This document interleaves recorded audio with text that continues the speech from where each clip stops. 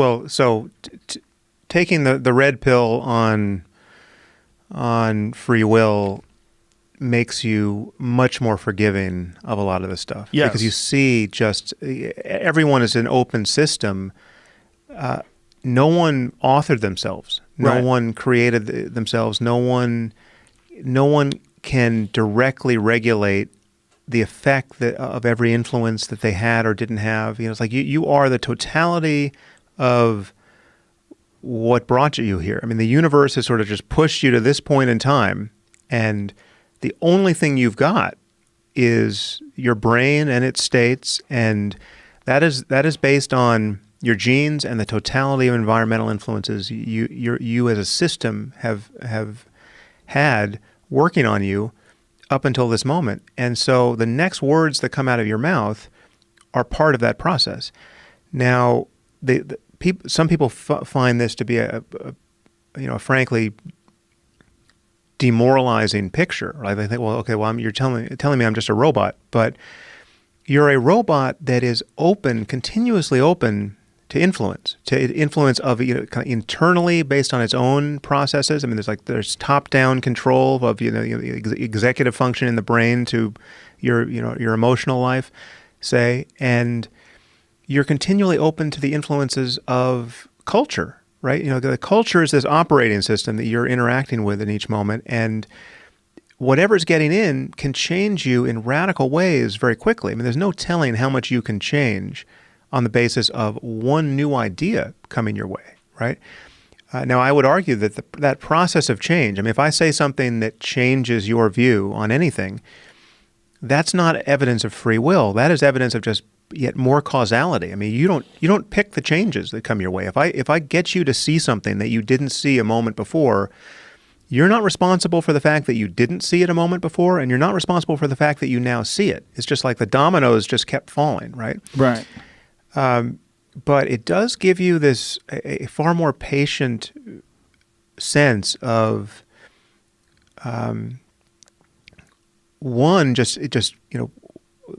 all the causes and conditions that have created this odious behavior you're now disposed to react to in the world, right? Like you can, everything on some level is more of a force of nature than it is something that you need to take personally. It's like if there's a hurricane blowing outside, we don't respond to it the same way we would respond to, Al Qaeda dropping a bomb on us, right? It might create the same amount of damage, but in the latter case where we have an identifiable agent, right?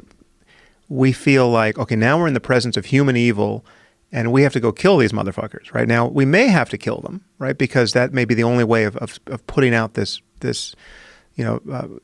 stopping the damage they're committed to causing.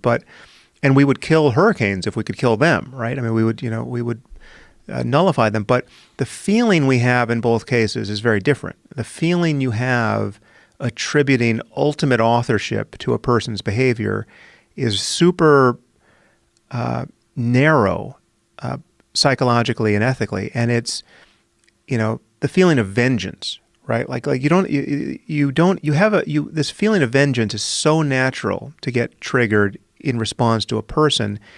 It's not natural in response to a wild animal who may have done something terrible, right? I mean, there have been examples of this where people have taken vengeance on animals, and it just looks like a kind of moral dysfunction on the part of the people who did it. I mean, there's a famous picture of an elephant that got hung from a railroad crane, I think back in the 1920s, right? So like the circus elephant escaped, and it ran, it rampaged through the streets, and it trampled, a few people, and the people in the town, I don't know where this was, it was like Baltimore or someplace, were so outraged that they decided to lynch the elephant, right? And yet there's something uncanny about that sort of misappropriation of agency to an elephant. I mean, what is a mistreated circus elephant going to do when it gets out and is terrified and is trying to get away from people? It's going to trample a few people. So we have a very different set of books we keep ethically for humans, and some of it's understandable, some of it's inevitable, but a lot of it gives us moral illusions that we don't need to have, and it gives us a kind of just an inability to take stock of all the variables that are actually guiding human behavior and react to them and mitigate them and disincentivize them intelligently. I mean, punishment makes sense not because people really, really deserve at bottom whatever their punishments are. It doesn't make sense in a retributive paradigm. It makes sense if it's the best tool to discourage dangerous behavior, and it works, right? So it's like, if you're going to punish people for things they can't control, well, that's stupid, right? Because you as much as you punish them, that you're not going to moderate the behavior. So you have to punish people for things that are actually under voluntary control, and it only makes sense if it's the only tool to do the job. And if the moment you had, I may have brought this up last time we spoke about free will, but this is really the sort of reductio ad absurdum of where most people are on this topic. The moment we really understand human evil at the level of the brain, the moment we understand psychopathy, say, which is, maybe that's not the totality of evil, but that's, certainly the center of the bullseye. Once we understand psychopathy as a neurological condition that's governed by genes and environment, and we can actually intrude at the level of the brain to mitigate it. So like psychopathy becomes a disease, right? It becomes an injury syndrome, right? That we can fix. And let's say it's a very simple fix. Let's say it's a pill, right? Let's say it's just a neurotransmitter imbalance. In the presence of that breakthrough, we will feel very differently about that species of human evil. We will not judge it in the same way. Because what will happen is you'll give people the pill and they'll say, fuck, I can't believe I was that dangerous asshole. Like thank you for, I'm as horrified by who I was before you cured me as you were, right? And psychopathy in the presence of a cure for it would look much more like diabetes than it looks like evil in the present case. And people aren't imagining what it would be like to be there, what it would be like to actually fully understand the underlying neurophysiology here and actually have something. There's no guarantee we'll be able to deal with it in a simple way, but it's certainly possible.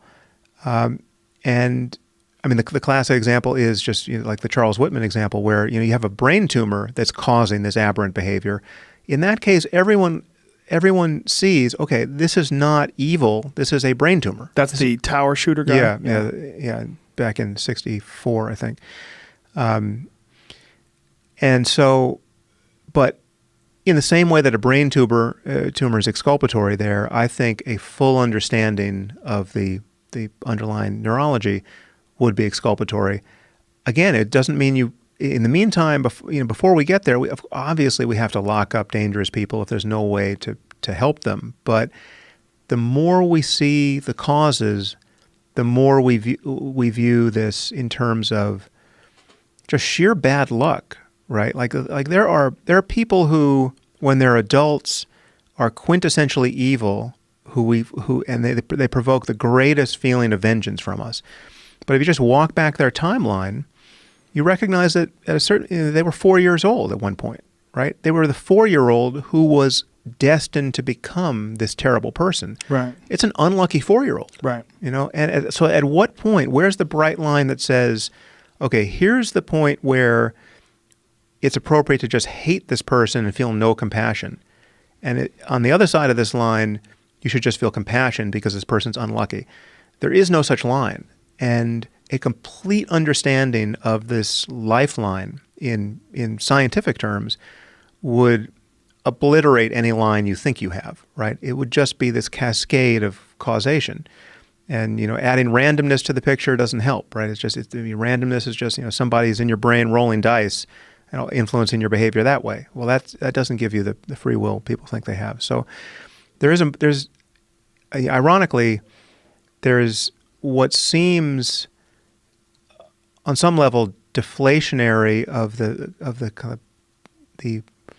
gravitas of the human spirit for people opens the door to, at least in my view, a far more ethical and tolerant and patient and understanding view of human failings and human frailty, and then at that point you can just have a conversation about what's pragmatic, what works, what helps people change. Like in this person over here who's doing terrible things, is there something we can do to make him a better person? Well, if there is, let's do that without all the judgment.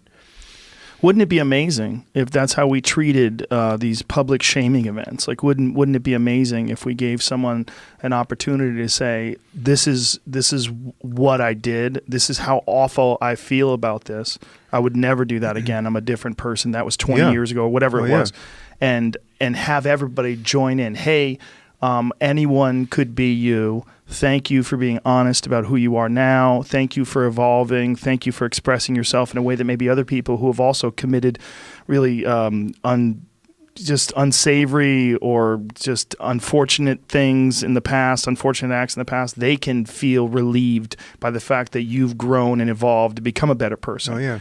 And that you're a different thing now, and you are the product of all of your experiences. You're not this one thing. You're not stuck in who you were when you were 16 years old. If you were Marky Mark and you hit that guy with a stick, whatever he did, you're not stuck in that spot forever. These don't it's not a scarlet letter.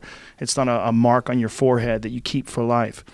Yeah, I mean, the thing about the Liam Neeson incident, which I find so interesting, is that there's a case where, I mean, what he's revealing about himself is pretty amazing, right? It's like he just decided, okay, we need a Truth and Reconciliation Commission for who I used to be, right?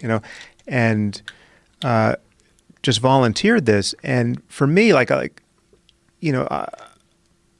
don't actually understand that state of mind. I mean, there are many aberrant states of mind that I can understand. I certainly understand what it's like to want to harm somebody and to feel vengeance and all that. But the instrumental violence piece, I don't understand. I've never felt like, okay, this type of person wronged me or someone close to me, so any person of that type will do, right? Like that. But that is such a problem the world over in human history that it is just fascinating ethically for someone of his stature to reveal that about himself. And he put it in terms of honor. I mean, it was an honor. I mean, this is what is so dysfunctional about honor culture, right? This is what we see more in the South than anywhere else in the country, and this is what you see basically everywhere you go in the Middle East. And this is what Islam inculcates to a degree that's fairly unmatched in its community.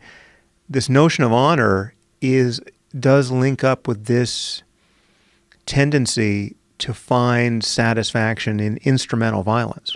But when you try to run that software on my brain, that just looks like madness, right? The idea that any other person will do, right, of a certain type, right?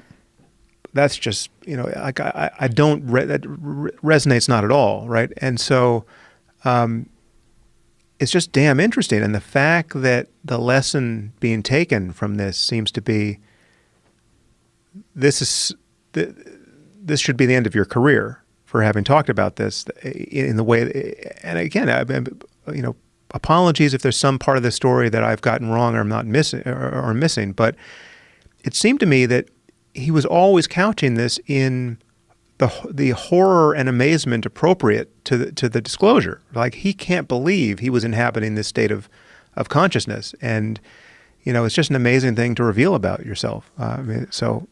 Yeah, and I'm sure he regrets every second of it. Yeah, and that's the wrong fucking punchline. Yeah, right. I mean, the thing that should happen is someone with a lot to lose should be able to say, you know how ugly a human mind can be? This is an experience I had, right? This is who I was.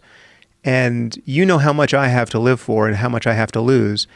We have to talk about this kind of mania that can get humming on a human brain, right? We see this every time you open the paper, you see someone in the grip of this kind of thing, right? It even happened to me, right? I think it's an amazing conversation to start, and the fact that the result is just an auto da fe is the problem. We're trying to fight our way through it.